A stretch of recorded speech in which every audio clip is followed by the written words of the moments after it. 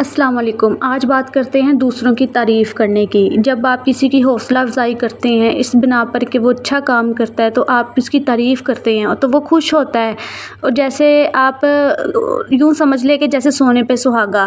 ان موقعوں کو یاد کیجیے اور سوچیے کہ جب دوسروں نے آپ کی تعریف کی تھی تو آپ کو کیسا محسوس ہوا تھا۔ ظاہر ہے آپ کو بھی بہت اچھا لگا ہوتا ہے۔ اسی طرح جب آپ دوسروں کی تعریف کرتے ہیں تو ان کو بھی بہت اچھا لگتا ہے، اور آپ ان تعریف کرنے والوں سے بھی خوش ہوئے ہوں گے جن زندگی میں ہم بہت سارے کام دوسروں کے لیے کرتے ہیں، مثلاً خوبصورت کپڑے پہننا، خوبصورت گھر بنانا، گاڑی لینا، مہمان آئے تو اس کو ایسے کمرے میں بٹھاتے ہیں جو سجا ہوتا ہے جن کو آج لوگ ڈرائنگ روم کہتے ہیں۔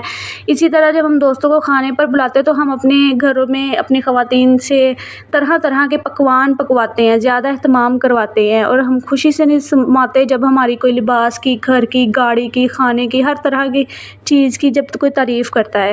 جب آپ بھی اچھے کپڑے کسی کو پہنے ہوئے دیکھیں، کوئی گھر لے، کوئی گاڑی لے، کوئی آپ کو کھانے پہ بلائے تو بغیر کسی خامی کے، بغیر کوئی بھی چیز نکالے، کوئی خامی نکالے، آپ اس کی تعریف کریں، کہیں کہ سبحان اللہ، آپ نے کہ بہت اچھا لباس پہنا ہے، آپ کا گھر بہت اچھا ہے ماشاءاللہ، آپ کی گاڑی بہت اچھی ہے ماشاءاللہ۔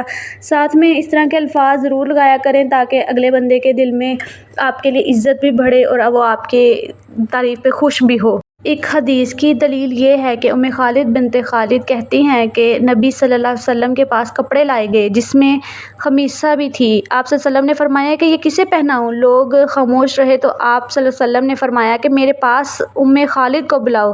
چنانچہ وہ اٹھا کر لائی گئیں۔ آپ نے خمیصہ ہاتھ میں لے کر ان کو پہنا دی اور فرمایا کہ اللہ کرے اس کپڑے کو پرانا ہونے اور پھٹنے تک استعمال کرے، اور اس میں سبز یا زرد رنگ کے نقش و نگار تھے۔ آپ صلی اللہ علیہ وسلم نے فرمایا اے خالد، حبشی زبان میں حسن کو کہتے ہیں، مطلب یہ کہ خالد یہ کس قدر حسین معلوم ہوتی ہے، واہ کیا خوبصورت لگتی ہے یہ چادر۔ آپ صلی اللہ علیہ وسلم کے تعریفی کلمات تھے۔ لہٰذا نبی اکرم صلی اللہ علیہ وسلم کی سنت سمجھ کر اچھے کپڑے پہنے ہوئے شخص کی تعریف کریں۔ اگر آپ کسی کے گھر بطور مہمان جاتے ہیں تو گھر میں نقص نکالنے کے بجائے میزبان کے سامنے اس کے گھر کی کوئی نہ کوئی تعریف کریں، اس کے گھر کے رنگ کو خوبصورت کہہ سکتے ہیں، نقشے کو کہہ سکتے ہیں، یا پھر کوئی بھی ادھر چیز پڑی ہے فرنیچر وغیرہ یا کوئی شو پیس، اس کی تعریف کر سکتے ہیں، اور کھلے دل سے تعریف کیا کریں تاکہ اگلے بندے کو ایسا محسوس نہ ہو کہ آپ جان بوجھ کے اس پہ طنز کر رہے ہیں۔ آپ کے یہ تعریفی کلمات کہیں۔ اگر آپ نہایت فراخ دلی سے دوسروں کی تعریف کرنے کے عادی ہو جاتے ہیں اور کوئی آپ کا کام کرتا ہے تو آپ کا شکریہ ادا کرتا ہے، اگر آپ یہ سب کرتے ہیں تو پھر آپ کی شخصیت دوسروں کے لیے پسندیدہ بن جاتی ہے، کیونکہ دنیا میں لوگ اس بات کے خواہش مند رہتے ہیں کہ انہیں اچھی حرکتوں کی داد ملے، انہیں کی اچھے کاموں کی تعریف ہو۔ رسول اللہ صلی اللہ علیہ وسلم کی ایک حدیث پاک ہے، جو آدمی پسند کرتا ہے کہ لوگ اس سے ملنے آئیں چاہے کہ وہ لوگوں سے ملنے آئے۔ اس حدیث کا مفہوم یہ ہے کہ اگر تو پسند کرتا ہے کہ لوگ تیری تعریف کرے تو پھر تو لوگوں کی تعریف کر۔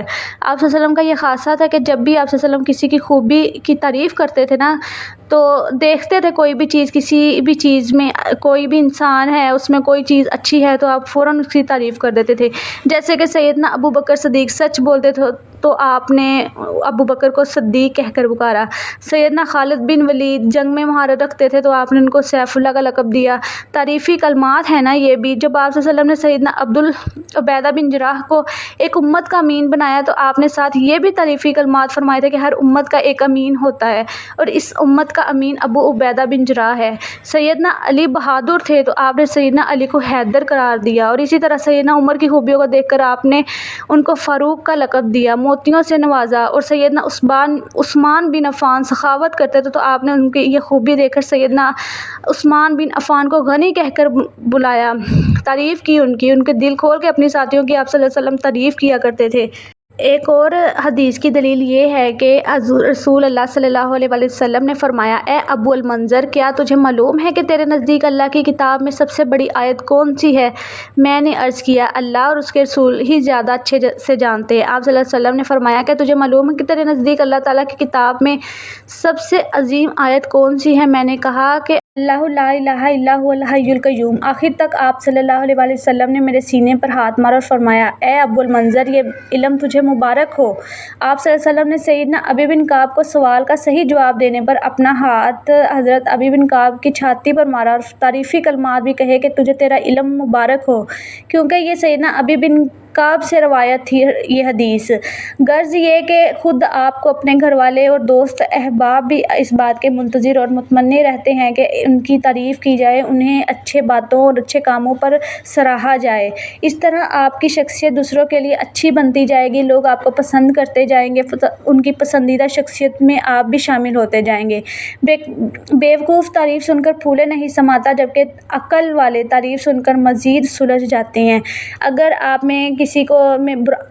آپ کو کسی میں برائی بھی نظر آتی ہے تو ان کی کوئی اچھائی بھی ہوگی، تو بہتر ہے کہ آپ ان کی اچھائی کی تعریف کیا کریں تاکہ وہ اپنی جو خراب بھی ہے اس کو بھی صحیح کرنے کی کوشش کرے۔ خوش رہیں، آباد رہیں،